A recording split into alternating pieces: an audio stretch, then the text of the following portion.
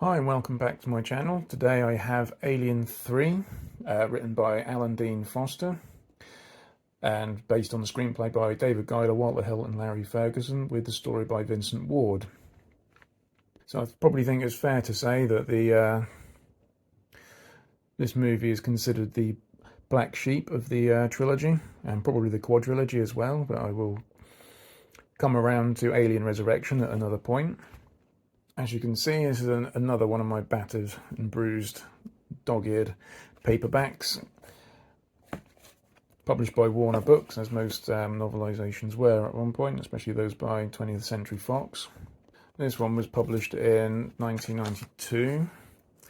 As you can see, I believe the film came out in about I think it was released in 1991. I could be mistaken, correct me if I'm wrong. But in the, especially still during the early 90s, when a film came out in America, it would normally take almost at least half a year before it was got a cinematic release in the UK. As many of you are probably aware, the film had many production issues, including script and story changes and rewrites during the filming process. This made for a very difficult time for the director David Fincher, who at the time nearly quit movie making entirely and was going to return to making music videos, which I believe is what he used to do before. Even to this day, still will not talk of this movie nor engage with it, will not put his name to it, hasn't appeared in any subsequent interviews or anything for the DVD and Blu-ray releases, will not engage at all with it due to his experience on making the movie. So this movie novelization is, I would say, pretty close really to what was finally released as the assembly cut version of the movie, which is available on the DVD quadrilogy and the Blu-ray versions of the film. I bought this movie novelization in 1992 from my local independent store, Gerald's in Norwich. I knew the film was soon to be released, and I spotted it in the shops a few weeks before it came out, about the age of 14, and immediately bought it on the spot. Mostly because I have absolutely zero patience for such things and wanted to watch it or find out about the movie before my friends did. But also partly I knew I wouldn't be able to watch it, being the age of 14, and I wasn't 18 at the time. Getting into the cinema was ruled out, especially as I was a bit of a small, scrawny teenager at the time, covered in spots. There was no chance I was getting in there. Read the book in one sitting, something again that was a surprise to my mother. And yeah, at the time I thoroughly enjoyed it. Even the sort of shock ending, and some of the surprises near the beginning as well. My friend Monkey Boy of Monkey Boy's Toys may recognise this exact copy as the one that he borrowed off me as well at school when we were about in what would be termed as year 9. We used to call it the third year then of high school. As you can see, I had a few friends who borrowed it, and over the years it had become dog-eared as it sat at the bottom of school bags. So some of you would be aware of the recent release of the version of Alien 3 by Pat Cadigan, who released a novelization based off the screenplay written by William Gibson, who is quite well known as a cyberpunk author. He wrote a version of the story as well prior to the studio finally going with Vincent Ward's story. I've had a look at that novelization, and to be fair, I didn't really rate it very much, and I do believe the reviews are sort of quite lukewarm. The story itself does sort of appear to be more of a action rehash, sort of in the same vein as Aliens. And I think the producers went with Ward's version of the story because they wanted to do something a bit different and take a bit more of a risk. And I wouldn't class Pat Cadigan's story as a true film novelization. as the film itself, no, the film version of William Gibson's screenplay never actually went through the film process. Don't know what others think of that, but please put your comments down below. The story in the movie was deemed to be quite controversial and didn't get a good reception at the time in 1992. Its themes of loss, despair, rebirth, and redemption and sacrifice. It was certainly taking risks, with most people sort of finding the characters hard to identify with sort of very little sort of story arc to most of them.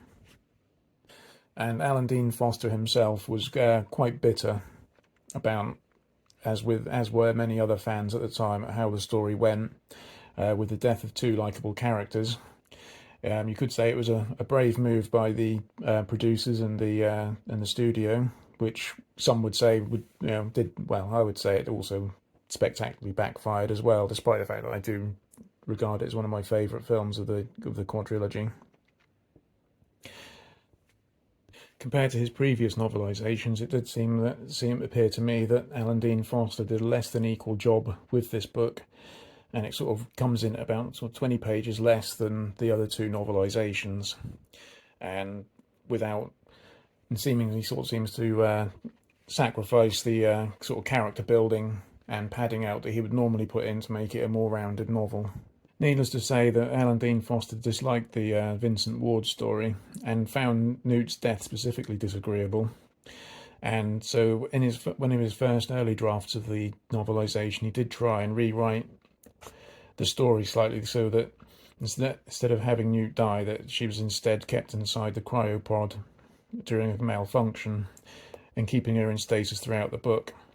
However, the studio immediately rejected that draft and made him rewrite it and take that part out, of which subsequently it led to Alan Dean Foster vowing never to write for the franchise ever again. Ka-ching! Well, unless the price is right, of course, Alan, I suppose, huh? Then you might return. What a turkey to return to.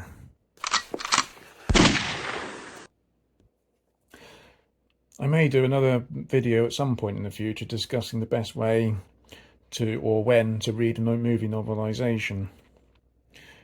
But I will say that they are best read after you've seen the movie and not before. This is the first novelisation that I read prior to a movie, and even though I enjoyed reading it, it was far more enjoyable to read after I'd seen the movie. Again, let me know in the comments what you think of that, whether anyone else who's ever read a novelisation before seeing the movie, or those that prefer to read them afterwards. Let me know. So there are many differences between the novelisation and the movie, most of which have been put back in with the assembly cut. However, there are still some minor things here and there. Probably the biggest difference that most people will remember is the dog burster versus the ox burster, or Bambi burster, as I seem to recall it being called. Why they called it Bambi, I don't know. But I always felt that that's the only downside to the assembly cut, is that I felt that the original theatrical dog burster scene worked a lot better, with a greater emotional impact in the film, especially during coupled with the music and the scenes and the speech by the character of Dylan. The novel also explains how and why the Sulaco ejects the hypersleep pods after the facehugger's attempts to get into the hypersleep pods at Ripley and Newt. It also goes into more sort of detail as to how Ripley was feeling when she woke up, and the dangerous sort of hypersleep effects and the premature awakening, and why Dr. Clemens was keeping a close eye on her. A few other things in the novelisation are also covered, such as the reason why Boggs, Rains and Golic are searching around the mine shafts. In the novelisation, it's explained that they are sort of foraging for supplies in the abandoned mine shafts rather than mapping like they were in the movie.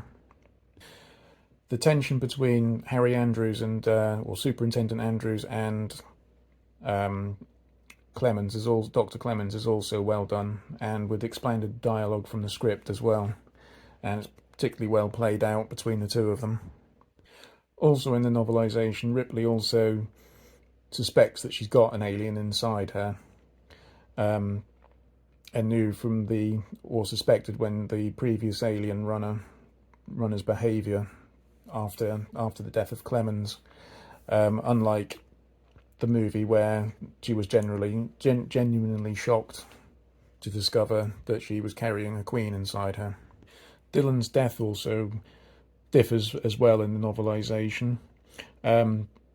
He is killed by the alien, lead-covered alien, just as he was about to fulfill Ripley's wish to die.